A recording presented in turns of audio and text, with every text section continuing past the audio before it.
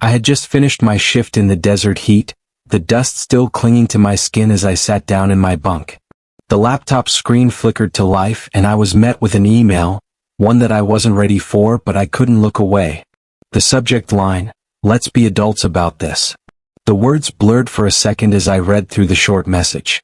Becky had already filed the papers. She had emptied our joint account, the one we'd built together, and moved Jeremy into our house in Spokane. There it was, in black and white. My 13 years of marriage had ended in a few clicks. The words felt like a punch to the gut. I didn't feel anger. Not yet. Instead, a numbness washed over me. I'd always known something was off, but seeing it all laid out like that, it made everything real. My mind raced, but I kept a tight grip on my thoughts. There were no tears. No shouting. Just an overwhelming quiet that settled over me. I closed the laptop and set it aside as though by doing so, I could put the whole thing back in the box it came from. The desert outside my bunk was silent. It always was. And yet, here I was in the middle of nowhere, fighting a battle I didn't even see coming. I could see the signs long before the email. Becky had started to change little by little in ways I couldn't ignore. It wasn't the big things but the small details that piled up over time. She'd stopped asking about my day, stopped being interested in the mundane things that used to make us. She worked late, always at the dental office, but she wasn't telling me about the late-night projects anymore. I noticed the new clothes she'd never mentioned buying, or how she'd start going to the gym 3 times a week but never seemed to break a sweat. It wasn't the clothes or the gym that bothered me, those were just symptoms. It was the feeling I couldn't shake, the growing distance between us. She seemed to have her own life, her own world now, and I was on the outside of it.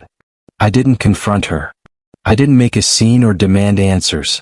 I've never been the type to act on impulse, especially not in a situation like this. Instead, I started making preparations. Quiet ones. I secured the important documents, birth certificates, our marriage license, the deed to the house, all tucked away in a storage unit across town. I opened a separate bank account, not large enough to raise any suspicion, but enough to ensure that if everything fell apart, I wouldn't be starting from nothing. I didn't know what was coming, but my gut told me something was. And for the first time in years, I trusted that feeling. Before I left for deployment, something in Becky had shifted. It wasn't sudden but gradual, like a slow drift I couldn't stop. She started working late more often, staying at the dental office, but she never told me what she was doing. It wasn't like before when she'd share the small details of her day. And then there were the new clothes she started wearing, things I never saw her buy, clothes that didn't fit the woman I knew. She'd also started going to the gym 3 times a week. I'd never seen her break a sweat, but she was always in better shape. New friends too. Friends I'd never met, friends that seemed to fill the gaps I left behind. I couldn't ignore it even if I didn't speak up about it. Something was changing between us and it was bigger than I could grasp. I didn't confront her. That's not how I handle things, never have. I've learned to trust my instincts and they told me to prepare. So I did. I secured all the important documents, birth certificates, marriage license, the house deed, all locked away in a storage unit across town. I opened a separate account just for peace of mind. I didn't think she'd notice, but I wasn't willing to risk starting from nothing if things went south. I couldn't quite explain why, but I had a feeling about what was coming. And that gut feeling? I trusted it. I met Becky back in 2010, at a barbecue hosted by a friend of mine in Spokane. I was home between tours, staying with Jason, and she was finishing up nursing school. She was beautiful, easy to talk to, and we hit it off almost instantly. It didn't take long before we were inseparable. We were married just 8 months later. It was quick, too quick maybe, but I never questioned it at the time. I was in love and I thought she was too. But looking back, there were signs even then. Becky was never really supportive of my military career. She didn't understand it, or maybe she just didn't try. Her family was all about traditional careers. Her dad a bank manager, her brother a pharmacist. When I'd talk about re-enlisting or even staying in for another 4 years, she'd ask when I was going to get a real job. That stung, but I didn't say anything. I just brushed it off. The Army had been my life for 15 years. It wasn't just a job for me, it was who I was. But to her it seemed like just another phase. She didn't see the pride I took in it, the commitment. She didn't see me the way I saw myself, and somewhere along the way that started to matter more than I realized. We bought a house in 2014, a modest place with 3 bedrooms and a small yard. It wasn't much, but it was ours. I put my name on the mortgage, thanks to the VA loan, but I added her to the deed. After all, we were married, right? We were partners. But looking back, I wonder how much she ever saw me as that. Over the years, I deployed 4 times, twice to Iraq and twice to Afghanistan. Each time I came home, I expected to feel the same sense of closeness, the familiar comfort of being back with Becky. But each time she seemed a little more distant, a little more restless. It wasn't that she wasn't there physically, but emotionally she started slipping away. I tried to talk to her about it. I suggested counseling, something to help us reconnect, but she brushed it off like it was nothing. "We're fine," she'd say, but I could tell something was off. She started making comments about how we didn't have anything in common anymore, how she felt like she was living a life that wasn't hers. I didn't know how to fix it. I was away most of the time, doing a job I couldn't explain to her in a way that made sense to someone who'd never been in my world. I understood her frustration, being alone, not knowing when I'd be home, the unpredictability of it all, but I didn't know how to bridge the gap between us. As the deployments went on, that gap widened. Becky seemed more discontent, less engaged. It was like we were 2 people living parallel lives, and the space between us kept getting bigger. Every time I left, I wondered if it would be the last time things felt the same when I came back. I never wanted to admit it, but part of me knew we were starting to drift apart. 2 weeks after I got that divorce email, I was sitting in the mess hall, trying to distract myself with the usual routine. But then my phone buzzed with a notification. Our joint bank account had just been drained.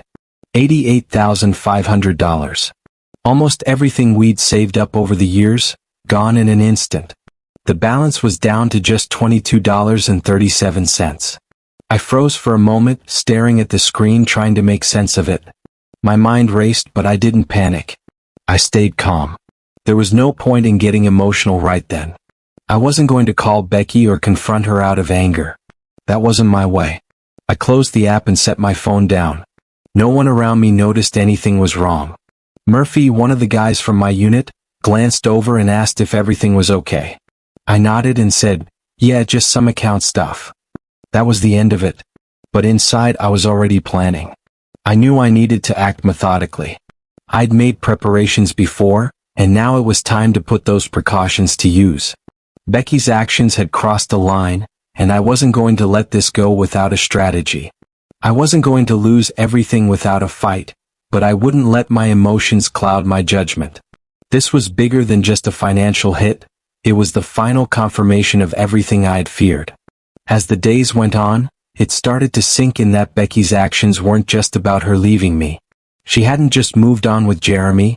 This was something bigger, something more calculated. The money, the house, the forged signature.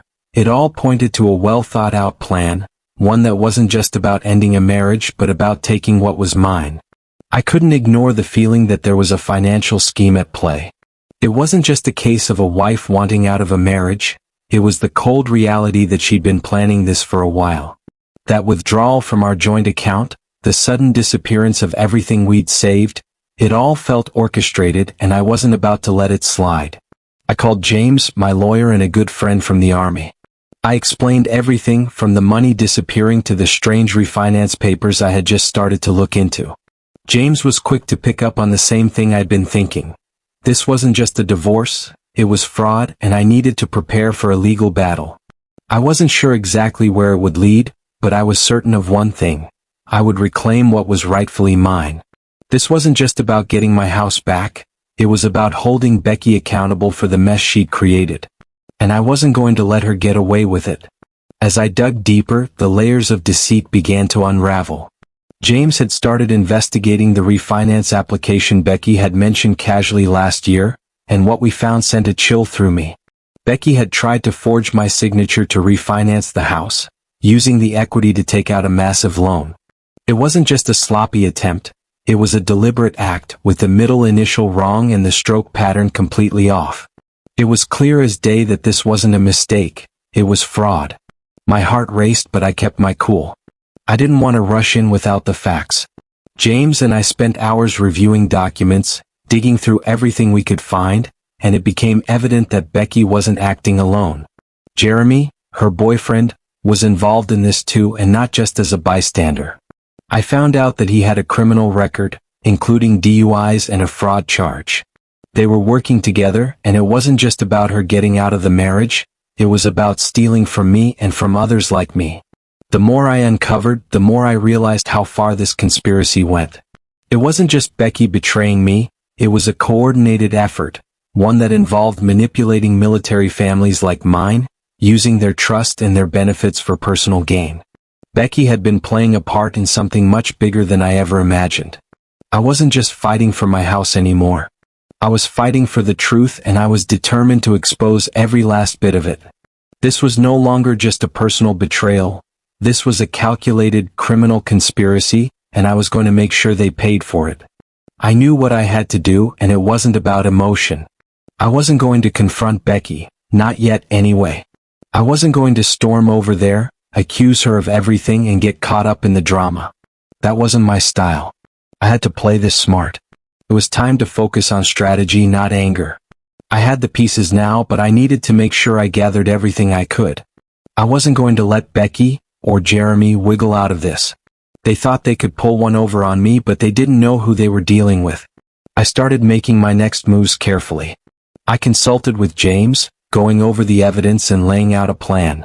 There were details I hadn't yet uncovered, things that could tie Becky and Jeremy into a larger web of fraud, and I wasn't about to give up until I had it all. I needed proof, solid, irrefutable proof, that they were responsible for everything. The more I thought about it, the clearer it became. I didn't need to rush in with accusations. I just needed to wait, gather what I could, and let their actions catch up to them. They were building their own trap, and soon enough they wouldn't be able to get out of it. The wheels were in motion, and I was in control. This time, I wasn't going to let anyone take what was rightfully mine. Meeting with the FBI was a turning point. Agent Patel and Agent Donovan sat across from me in their Spokane field office, listening as I laid out everything I had: documents, bank records, the forged refinance application, and everything else that pointed to Becky and Jeremy's involvement in a much larger scheme. It wasn't just my case, they told me. What I had stumbled into was part of a widespread operation targeting military families, using deception and fraud to take advantage of men and women like me. Becky and Jeremy weren't isolated cases. They were part of a pattern, a network of fraudsters preying on deployed soldiers, exploiting their trust and their benefits. I'd gone to them hoping to get restitution for my loss, to regain what Becky had taken from me. But as they explained the bigger picture, I realized this was about more than just getting my house back. This was a chance to take down a criminal operation that had been exploiting military families for years. I was no longer just a victim trying to get what was mine. I was helping the FBI build a case that could break open a fraud network that spanned multiple states. It wasn't just about me anymore. It was about stopping these people from hurting anyone else, and making sure they paid for what they had done to so many others. The resolution came, but it wasn't the clean, satisfying conclusion I had hoped for. Jeremy and Spencer were arrested, and their operation was dismantled piece by piece. Becky, too, was caught up in it all, though she claimed she hadn't known the full extent of what was happening. Still, she couldn't deny her role in it. The settlement she agreed to, full restitution of the stolen funds and forfeiture of any claim to our house or my military pension, brought a legal end to the mess, but it didn't erase the emotional toll. The divorce was finalized, and with it, everything that had once been ours. My marriage was over, and no legal victory could change the fact that Becky and I would never be able to rebuild what we had. The betrayal lingered, a scar that would never fully heal. I didn't hate her anymore, but the love that once existed between us had been replaced by something colder. It wasn't just the financial loss, it was the loss of trust, the sense of partnership that had crumbled over time. I left Spokane and moved to a small cabin in Montana, a quiet place to start over. It was 2 bedrooms, 10 acres of land, and a creek running behind it. No neighbors for miles. It was peaceful, and that peace was what I needed most. I took early retirement from the Army, a career I had given my life to. I didn't regret my time in service, but I knew it was time to walk away. Life wasn't perfect. The emotional scars remained, but I had found a way to process them. I worked carpentry for locals, something simple, but it kept me busy and paid the bills. My military pension covered the rest. Some days I thought about Becky, wondered where she ended up, if she ever truly regretted the choices she made. James heard she had moved back to Oregon and was starting over. I didn't feel anything about her anymore. I'd moved on not because I wanted to, but because I had to. The final piece of closure came in the form of a letter from a woman in Fort Worth. Her husband was deployed when Jeremy and Spencer tried to pull the same scam on her family. She thanked me for helping take down the operation. Reading that letter, I realized that despite everything I'd gone through, something good had come from it. I pinned that letter to my refrigerator. It wasn't a happy ending, but it was a resolution, a way forward even if the past still had its hold on me.